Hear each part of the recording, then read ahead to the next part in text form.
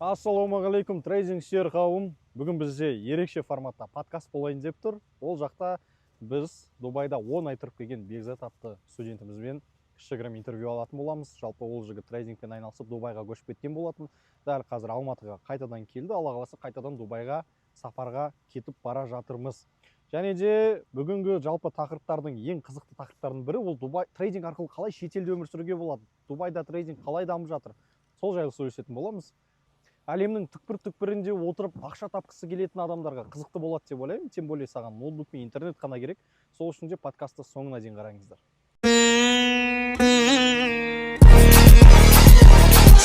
I can get it jumping like I got two other knees. I swear the party never lit unless somebody bringing me. Said she love the way I look and smell and dress, I'm so unique. I told her, baby, I'm the swaggy, it's been hot before the breeze. Said I'm a baller, won't see her tomorrow, only for the night. But she keep calling, up my nose like pollen. Must have hit it right, got me astonished. If I'm being honest, she the type I like, that's why I hit it. I might never quit it, this might be for life. I can get it done for you back. Fuck a movie, I'm tryna have some fun when you back. I'ma put you number one for the day. You ain't making it easy, I'm going down for you. Дубай тур қалай болды? I got a swag, I'm in back to me. You seen it before, I done been. Міне біздің Бекзат атты студентіміз. Бекзат, қалыңыз қалай? Жақсы. Дәл қазір Дубайдан келіп, қазір Алматыдасыз ғой, иә? Алматыдамыз. Қашан Дубайға қайтадан қайтасыздар? Так, бұйыртса 12 март. 12 март Алла қаласа. Кстати, біз студенттермен тоже бара жатырмыз, сіз бізбен барасыз ба? Жалпы Дубайда қанша уақыт болды тұрғаныңызға? 9-10 ай. 10 ай, иә, примерно. Ол не үшін, қайдан келген идея негізінде Дубайға бару? Жалпы Қазақстанда жүрген кезде, жалпы трейдинг жасап жүрген кезде, бір белгілі бір адамның өзінің бір шекарасы болады. Сол шекарадан шығу үшін және өзімнің екінші скиллім бар, ол мобилография, видеография, жалпы съемка жұмысы барысымен. Жалпы потолок, өзім потологымды, өзім үшін потолок Қазақстанда бұл шектелмей, Дубайға көшіп кету туралы өзім солай келдім. Так, Бекзат мырза, енді сіздің Қазақстанда потолок тапқан ақшаңыз қанша болды? Ең көп тапқан ақшаңыз трейдинг арқылы? Ең көп тапқан ақшам $2000. Примерно $2000, миллион теңге шақта, иә? Миллион теңге. Енді миллион теңге жалпы Қазақстанда жетеді ғой? Не үшін Дубайға кеттіңіздер? Не үшін ол? Жалпы Қазақстанда $2000 деген, $1 миллион теңге деген, ол өте жақсы ақша, бірақ ол Дубайда түк емес. Түк емес. Ол как бы өзінің шектеумен тең болды да, и сол Дубайға барып, мен $5000-10 арасында тауып жүрмін. Өйткені сол жақтағы роскошь, сол жақтағы өмір, сол жақтағы қымбатшылық, сондай қалып келеді өзі. То есть сіз сол жаққа барасыз, ана уровеньді көресіз, қаншама адамдар ақша тауып жатқанын көресіз, неше түрлі күнде Lamborghini, Rolls-Royce, Cullinan соларды көресіз де, уже кішкене үлкейтемін деп ойлайсыз. И 5 есе, примерно 5x-қа сіздің табысыңыз өсті, сонда? И параллельно және съемкаларды жасап жүрдіңіз. Съемкалар жасап жүрдік. Өте керемет. Дубайда қай жерде тұрасыз? Квартирада тұрасыз ба, гостиницада тұрасыз ба, қай жерде? Басында Дубайға барған кезде біз кішігірім бір комнатаны алғанбыз. Қатты бір өзімізге енді нарық өзіме белгісіз болды. Сол үшін қатты рисковать етпей, бір кішігірім ғана бөлмені алдым. Ол өзі заказчиктің өзінен болатын. Сөйтіп, одан кейін Азия Ривьера, Аль-Майдан деген районда тұрмын қазір. Өзімнің жеке квартирам. Жалға аласың. Айына қанша төлейсіз оған? Лям. Миллион теңге төлейсіз айына. Мәссаған. Тамаққа қанша кетеді Дубайда? Бір адам басына. Примерно. Так. Лям 500, примерно, лям 500-2 миллион. 1,5 миллион, 2 миллион арасында тамаққа кетеді ма? До того қымбат па Дубайда сондай қымбат? Мәссаған. Бірақ енді мен таңғалып тұрғаным емес, өйткені Алматыда да примерно мен өзім қара басыма, былайша айтқанда 3-4 миллион теңге құртамын. Мен постоянно подписчиктарға көрсетемін енді. Неше түрлі енді ресторандарда жүресің, анау-мынау сатып аласың, жақындарыңа бересің деген сияқты. Жарайды енді. Жалпы табысыңыздың артуына осылай 5 есе, ол Дубай қатты көмектесті ғой, иә? Жалпы ол жақта басқа да трейдерлермен таныссыз ба? Басқа трейдерлермен таныспын, бірақ ол кісілердің аттарын атап айтпай қойын. Өзім жеке осы жақында болған 225 Экспо трейдер районда, осы трейдинг деген район бар полностью. Сол жерде экспо болды, сол жерге барғанбыз.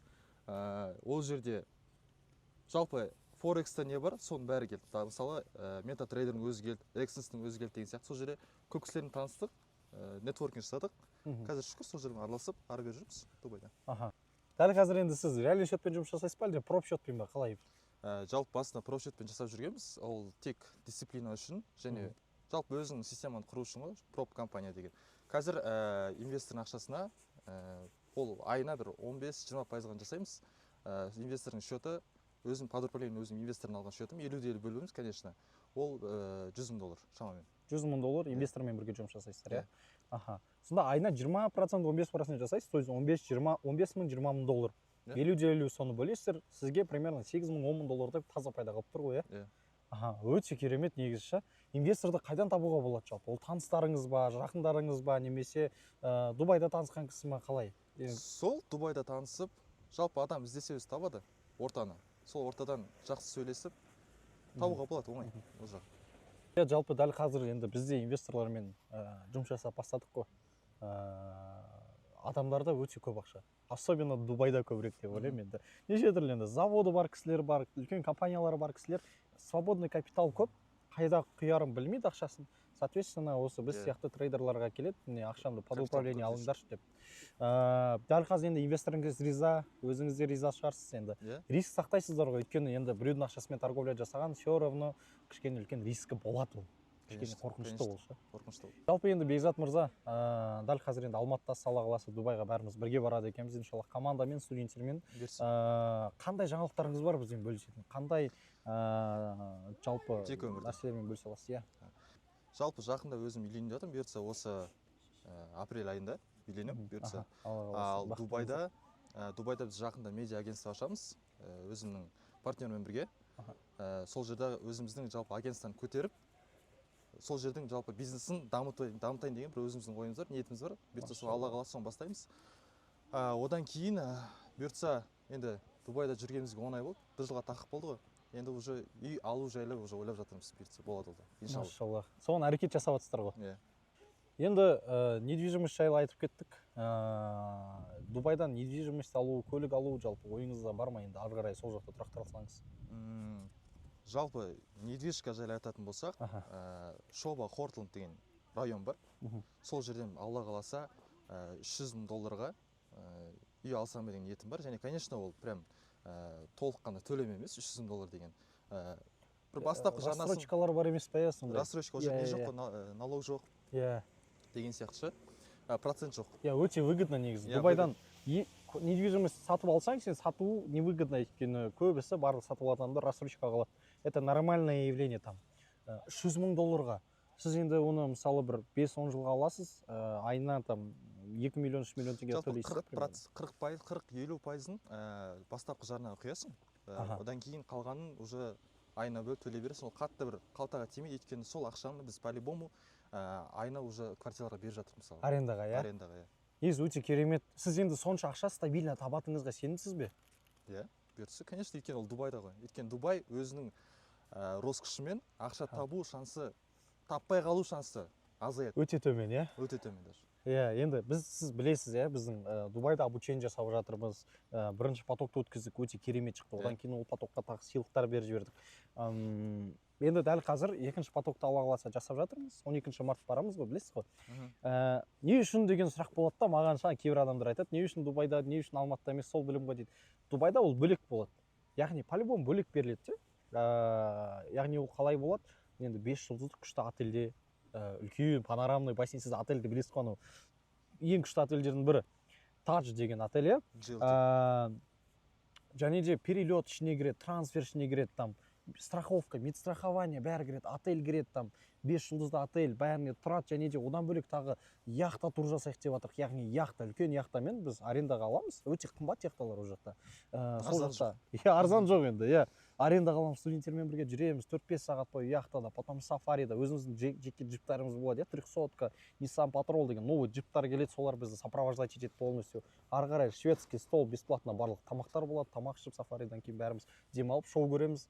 Енді оның барлығы адамға күшті андай вайп береді по-любому. Неге? Өйткені адам онлайн отырып оқыса да, енді адамның өзіне байланысты да, негізі онлайн отырып оқысаң да, офлайн Алматыда оқысаң да, бірақ та по-любому Дубайда кішкене басқаша ощущение болады. Өйткені сен енді күшті ең бай мемлекеттердің біріне барасың, көретінің тек қана роскош, сол жерде тұрғың келеді, сол жақта өмір сүргің келеді, соответственно сен мықты жұмыс жасайсың. Ол жақта информация мүлдем бөлек беріледі, мүлдем бөлек вайппен жүресің.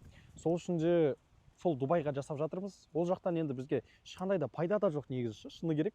Өткен потокты біз минусқа жасадық, осы потокты нольмен жапсақ та шүкір деп отырық. Бірақ та оның өзі енді адамдарға күшті экспириенс, жақсы контент болады. Адамдар енді Қазақстандағы трейдерларды білесіздер ғой, олар онлайн отырып сата береді телеграмнан, там тиктоктан. Бізде енді ондай жоқ. Біз Дубайға барамыз, тағы да басқа жақтарға барамыз, және результаттар да мықты. Аллаға шүкір. Осы сіздер көріп жүрсіздер, Астанаға барып келдік осы недавно. Осы бөлек болды. 10 адам обученияға келдік, 4 адам 3-4 күннің ішінде миллион теңгеден астам пайда тапты. Мираға. Сумма, айтшы, общий сумма, сол командадан жиналған общий сумма. Общий сумма қара, 2,5 миллион, 1,5 миллион, 1 миллион теңге. Қанша болады?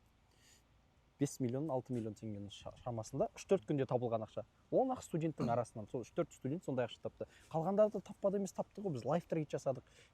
Олар 30-40 мың теңге, 20 мың теңге сондай ғана тапты. Оның өзі керемет. Иә, бір аптаның ішінде үлкен табысқа шығарып кеттік, Алланың қалауымен сол адамдарды. Енді өте керемет менің ойымша. Енді біздің беретін білім стратегиялар, енді ол Қазақстанда мүлдем жоқ нәрсе. Тіпті мына көліктің бағасы $120 мың. Ешқандай қазақстандық трейдерларда ондай жоқ та. То есть біз қазір уровень көрсетіп жатырмыз.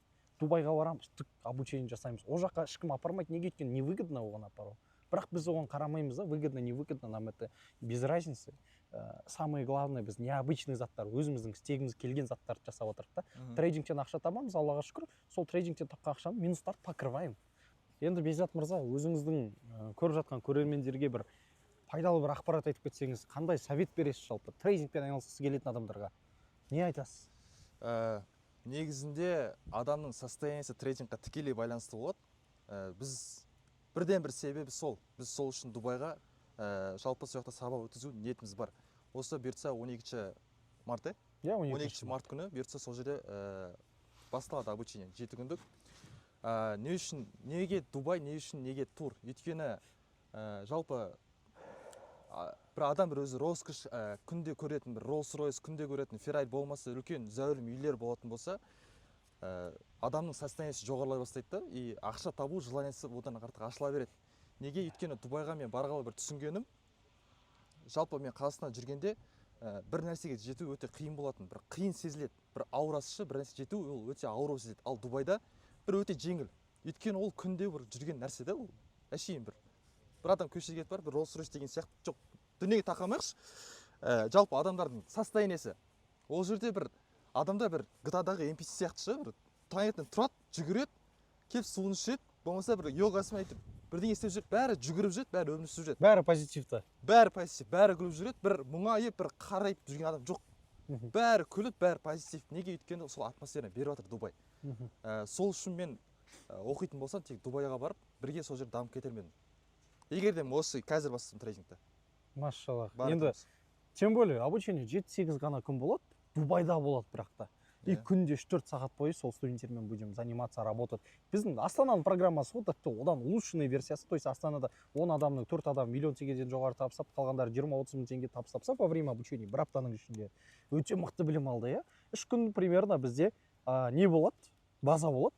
Ары қарай Қазақстанда жоқ ана стратегияларды білесіздер ғой, сіздер сол стратегиялармен бөлісетін боламыз да. И лайф трейд болады. Сол жақта торговать етеді, сол жақта табыс табады. Одан кейін нормально. Тіпті сол жақта оккупать етіп тастауға болады. Оккупать етіп тастағандар да бар шығар. Соны оккупать етсе қайтады Дубайдан. Өте керемет. Және сол білім қалады. Сол біліммен тағы ақша табады, Дубайға өздері барып қыдырады. Өте керемет емес пе? Менің ойымша мықты экспириенс. Дәл қазір енді мен айтқым келетіні, жігіттер, қыздар, трейдингпен айналысқыларыңыз келсе, онда сіздердің тек қана ең надежный, ең мықты білім жағынан да, опыт жағынан да практикующий трейдерлар и самое главное, ақшасы бар трейдерлар, ол біз трейдинг хаб.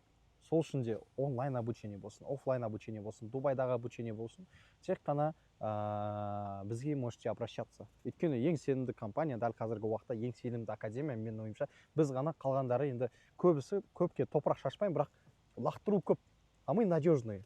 Поэтому енді результаттың бәрін көріп тұрсыздар, бәрін ашық айта аламыз, ашық көрсете аламыз, Аллаға шүкір. Сол үшін де, егер де Дубайға барғыларыңыз келсе, біз өмірге сол жақта обучение өткілеріңіз келсе, офлайн, онлайн обучение өткілеріңіз келсе, онда төмендегі сілтеме бар, менеджердің сілтемесі. Менеджерға жазып, толық ақпарат алсаңыздар болады. Просто бізде көбісі қорқады жаңа жазуға менеджерға ше, бағасынан қорқады да. Бағасын айтады, мысалы ше, болды, жарайды. Хорошо, мен ақша жинаймын, барамын. Немесе, өйткені не ғой, сен өміріңді өзгерткің келсе, сен по-любому любой нәрсеге ниетің болса, Алладан сұрасаң, ақша табу қиын емес, тем более суммалар үлкен емес, ол жақта біздің бағалар да үлкен емес. Сол үшін менің ойымша, адамдар енді өздеріне деген инвестиция үшін бәріне дайын деп ойлаймын, өмірлерін өзгерту үшін. Жалпы енді бір соңғы сөзі, 90 сөзін тобықтай түйіні. Жалпы осы тур Дубай тек сіздерге тек қана білім жайлы ойлауды ғана өздеріңізде ғана болады. Қалған бағанағы жүріп тұруыңыз, барып келуіңіз, қыдыруыңыз, жүруіңіз бәрін біз өзіміз дейтін ғой. Жалпы трейдинг компаниясы өз қолына алады. Сол үшін де тезірек сілтемеге өтіп, менеджерға жазып, қорықпай өздеріңіздің мүмкіндіктеріңізді жібере алыңыздар. Мен де кезінде сіздер сияқты бастағанмын, сіздердің де қолдарыңыздан келеді, тек алға. Все, сау болыңыздар, оразаларыңыз қабыл болсын.